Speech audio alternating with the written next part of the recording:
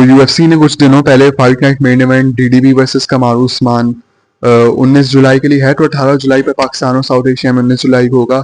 उसका अभी सिर्फ मेन इवेंट ये अनाउंस किया, fight night main event announce कर दिया, ड्रिकेस डुप्लेसी वर्सेस हमजा चिमा क्या बोल रहा हूँ, नशे में चल रहा हूँ, ड्रिकेस डुप्लेसी वर्सेस कमारू उस्मान।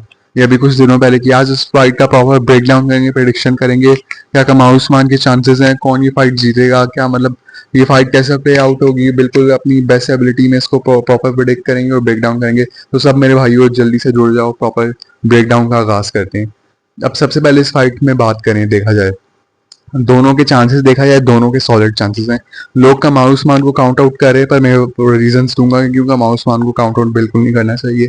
इसमें बिल्कुल सॉलिड रीजंस हैं। तो चलिए, अगर मैं सबसे पहले बात करूं कमारू उस्मान को, जैसे Kamaru Usman even has a win over current middleweight champ Sean Strickland.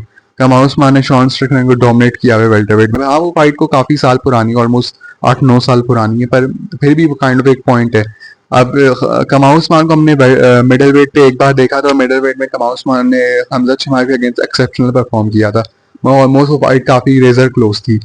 तो इस वजह से कमारू उस्मान को फुली काउंट आउट करना कि वो क्या कहते हैं ड्रिकेस डुप्लेसी के सामने कमारू उस्मान का कोई चांस नहीं है, ये बिल्कुल गलत चीज है, क्योंकि कमारू उस्मान का डेफिनेटली चांस है। कमारू उस्मान इस फाइट में, अगर मैं प्ले आउट ये कैसे होती, मेरे हिसाब से फाइट डिसीजन तक डेफिनेटली जाएगी।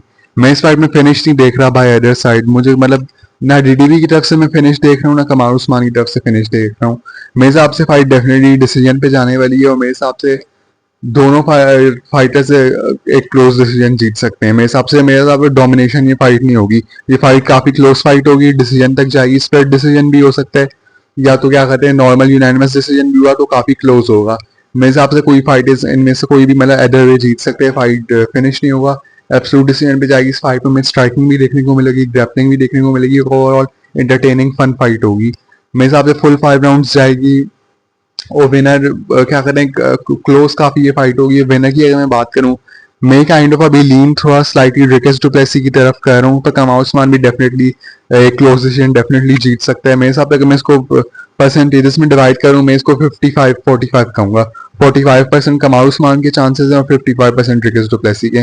जो लोग ये बकवास करें कि डीडीबी के 80% चांसेस 90% चांसेस, वो सब बकवास है। कमारू उस्मान के सिर्फ 10% चांस है, ऐसी बात नहीं। कमारू उस्मान के भी डेफिनेटली बहुत अच्छे चांस है, ऑलमोस्ट 50-50 है मेरे हिसाब से। मैं वो ड्रिकेस डुप्लेसी को बस स्लाइट एज दे रहा हूँ।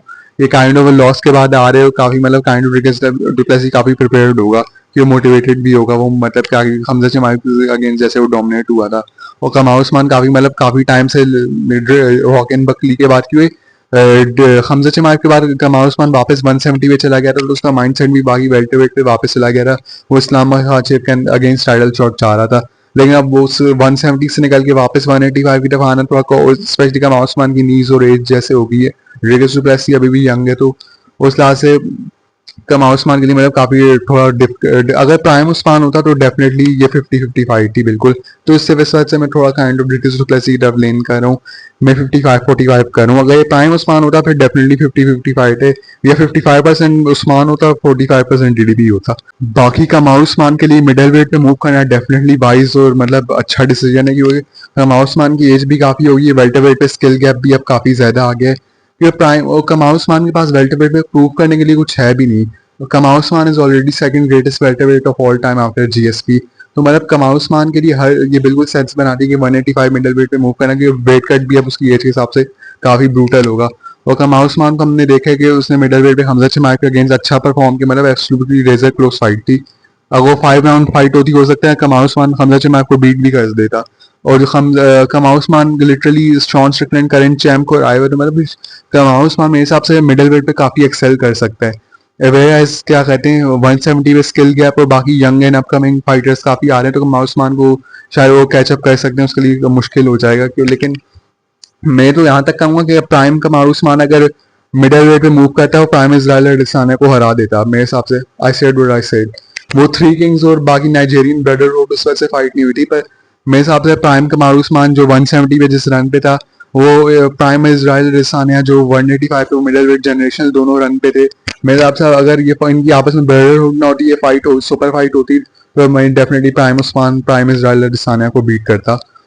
तो इस वजह से मेरे हिसाब से कमाल उस्मान को डेफिनेटली मिडल वेट पे जाना चाहिए। कमाल उस्मान डीडीबी को डेफिनेटली हरा भी सकते हैं।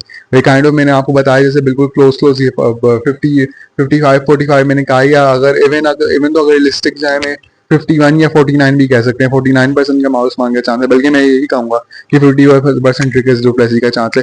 मेरे हिसाब से काफी, मेरी जो ऑफिशियल प्रेडिक्शन है मेरे हिसाब से काफी क्लोज फाइट है, इधर वे जा सकती है। और डिसीजन, मैं बस ये प्रेडिक्शन करूँ फाइट डिसीजन पे जाएगी और बहुत क्लोज डिसीजन होगा, या तो स्प्लिट डिसीजन होगा, बहुत रेजर क्लोज यूनानिमस डिसीजन होगा।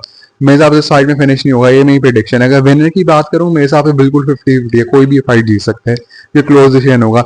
पर मैं लीन स्लाइटली डीडीबी की तरफ लीन कर रहा हूँ, ये की वर्ड है। मैं नहीं कहेगा डीडीबी जीतेगा, मेरे हिसाब से अदर वे कमाल उस्मान भी डेफिनेटली जीत सकते हैं, पर मैं काइंड ऑफ लीन डीडीबी की तरफ कर रहा हूँ कुछ फैक्टर्स की वजह से। बाकी मेरे भाइयों जल्दी से बताओ, और नेक्स्ट फाइट का ब्रेकडाउन चाहिए, यूएफसी न्यूज चाहिए, उसका भी डेफिनेटली कमेंट्स में बताओ।